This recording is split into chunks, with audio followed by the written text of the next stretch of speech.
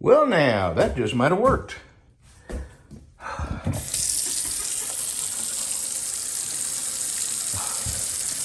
Oh, yeah. All right, I'm gonna need 2 hands. I'm gonna get that scrubber out and scrub this. I did a little bit yesterday. That is a whole bunch of rust in there. I'll be right back. Let me show you something interesting. A lot of the rust came off.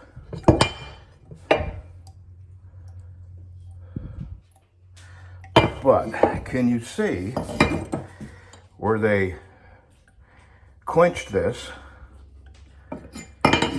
partially quenched it, and left this soft? So this is hard, tempered, heat treated and tempered, and this is heat treated, but it's not quenched. And I don't know if they did oil quench or, water quench, but it's kind of interesting to see that they only hardened the lower half of the cleaver. And the reason is so it's not as brittle and it has a little flex. All right, I'm not going to do much right now. I got to get in there and I got to work on that machete, and that's what I'm going to do now. Oh God, we're getting there. This is it from here to here. That's not done sanding. That's just the hardest grip, which is sanding off the grind lines. That's 120? Yeah, 120. And then I go to 150 this way, diagonal, and then 180. So it's moving along. This is about the longest it's ever taken me to sand a machete. And I'll tell you, I sort of changed my technique, and I shouldn't have. Usually I grind my bevels at 60 grit, and then I move up to 120 grit, so it makes it a little easier for me to sand the grind lines off with a 120. But this time I started with 36 grit, and then I went to 60, and then to 120, and I was not able to sand the 60 grit grind lines out with, I'm sorry, I was not able to sand out the 36 grit with the 60 and the 120. So that's what I've been sanding off, is the remnants of the 60 grit, see? And the reason is I have a line here that I scribe, and I bring my grind slowly down to that line. And with a 36 grit, I got too close to the line, and there wasn't enough space left for me to grind out the 36 grit and then the 60 and then 120 and not go beyond my line. So, excuse me. Yeah, I won't do the 36 grit again. And I may do the 36 grit. I'll just take note, and next time I'll just get my grind started, come down about halfway. You can see where the line would be right here. Come down about halfway, and then use the 60, come down about 3/4 away, and then use the 120 to come up to my line. So I will do that again, but I will just modify, what my technique, I guess you'd say, because it's a good grind. It's perfect on either side. The plunge lines are perfect. Everything else came out great. It's just that I didn't have enough left to grind out the 36 grit, and it's taken me forever to hand sand the 36 grit grind lines out. Okay, just a little bit more. Okay, give my sanding arms just a little bit of a break. That is 150, and I'll be going this way with the 150, but I'm gonna stop a minute. Oh yeah, and I've worked on this just a little bit. I don't know how I'm gonna approach this. This is full of pock marks, and I think it's I don't even think it's from the rust. I think it's just from the manufacturing. Now this is made in the 1940s, and it looks like the logo is intact, so I got to go at this really gingerly. I want to leave that logo, but I'm not certain I can make this all polished and shiny and fancy because of the inherent manufacturing marks, that there's just no way I can sand down through them. There'd be no knife left, So I think I'm going to just take the surface rust off, buff the snot out of this.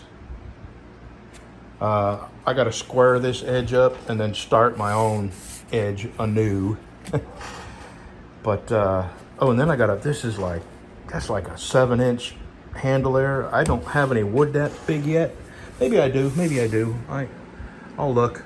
But even if I don't, I can order some and, you know, some type of hardwood. Because all my wood is, you know, at best 5.5 inches long. It would be right here. And that is a huge handle. And I want to, you know, put this back as close to original as possible. Alrighty, so, oh, let me tell you, this is what I'm fixing to go do. I'm going to work on this. I'm just going to hit it with a buffer and see what it looks like. And yesterday, I hit this with the buffer. This is what this looks like. I didn't even hit it hard. I just touched it with a buffer to see how it would look. And that's how it's going to look. And this is Japanese saber. And saber, there's a lot of sabers out there. I've never heard of this name before, but apparently it's pretty prolific making knives. So there we go. So that will come shiny. This has a blade broken, and I don't think I can get it replaced. Like buck knives, I can't get it out. I just have no fingernails. So anyway, I'm gonna go just hit this with buffer, see what we're looking at. I may have to sand this and then go at it with a buffer. It does have some nicks on the spine, which I would have to sand out. No big deal, I can do that, or file out. But I'm real curious what kind of shine this has, if any. How far back I gotta take it, if I gotta go all the way back to, 200 or 220. So I'll show you this in a minute. Well, I'll tell you, I'm not sure if this light helps or hurts. Yeah. So this is what it originally looks like. And I believe this is a type of stainless. It's made in Solingen, and Solingen steel is, good stuff. So I'm not sure if these little pock marks, if they're factory marks or whether it's rust. I don't think it's rust. Now this had some hammer marks on the spine, and I've sanded them out mostly. So I don't know what to do. If I should start sanding on this. Now the fuller looks okay, and same with this.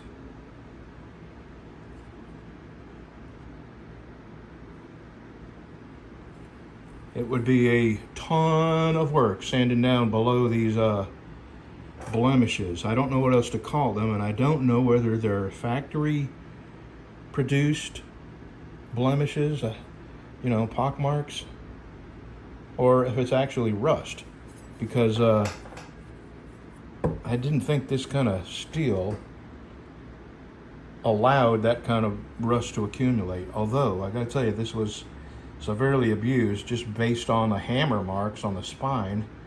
God only knows what they did with this knife. I really hate seeing knives be abused and used for tools they weren't designed for. So here's the thing, if I start sanding to see if it will come out pretty, then I'm committed, you know what I mean? So I think I'm going to, well, actually, the gentleman that is interested in this watches my videos, so let me know what you want me to do. I mean, I can sell this to you, not for a crazy price, but if I put the effort in to make this all shiny and polished, I would have to charge for that. And I actually haven't told you what I wanted for this because, quite frankly, I don't know. If I just put this together and send it to you, $75 plus shipping. But if I got to put, and I don't get me wrong, I would love to attempt this, but I would certainly have to charge a lot more than that for my time. Okay, I'm going to stop there.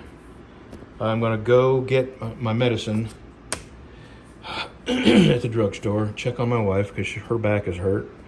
I want to make sure she doesn't need any help. Okay, I'll be back. Alrighty, I've got a little more work done. Let me show you this little Japanese, is it Japanese? Right? It is, right? Yeah, Saber, Japan. I don't have any wax on it or anything, and it's still got polishing compound all over it, but it come out really nice. I gotta make a sheath for it.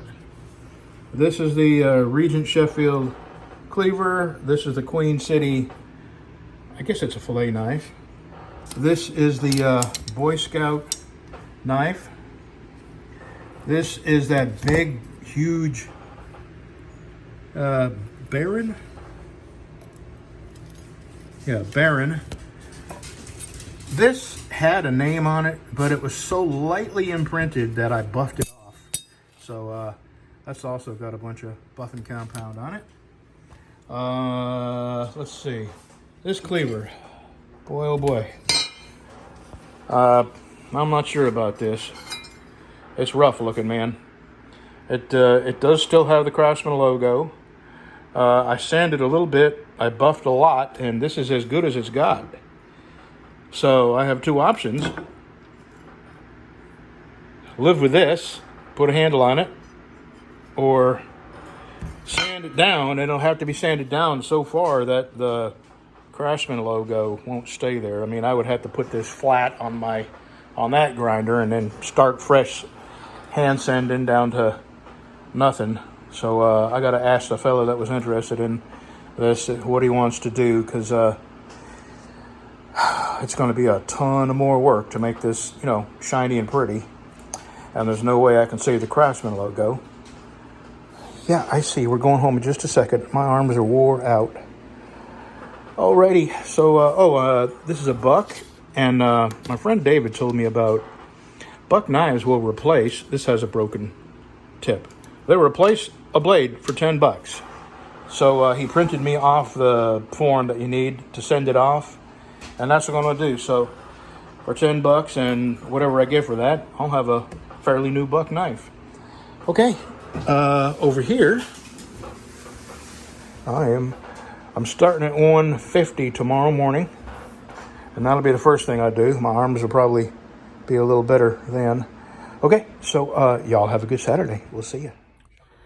Somebody asked where my wife was. I said, she's in the garden. And they said, well, I walked right by the garden. I didn't see her. I said, well, you need to dig a little deeper.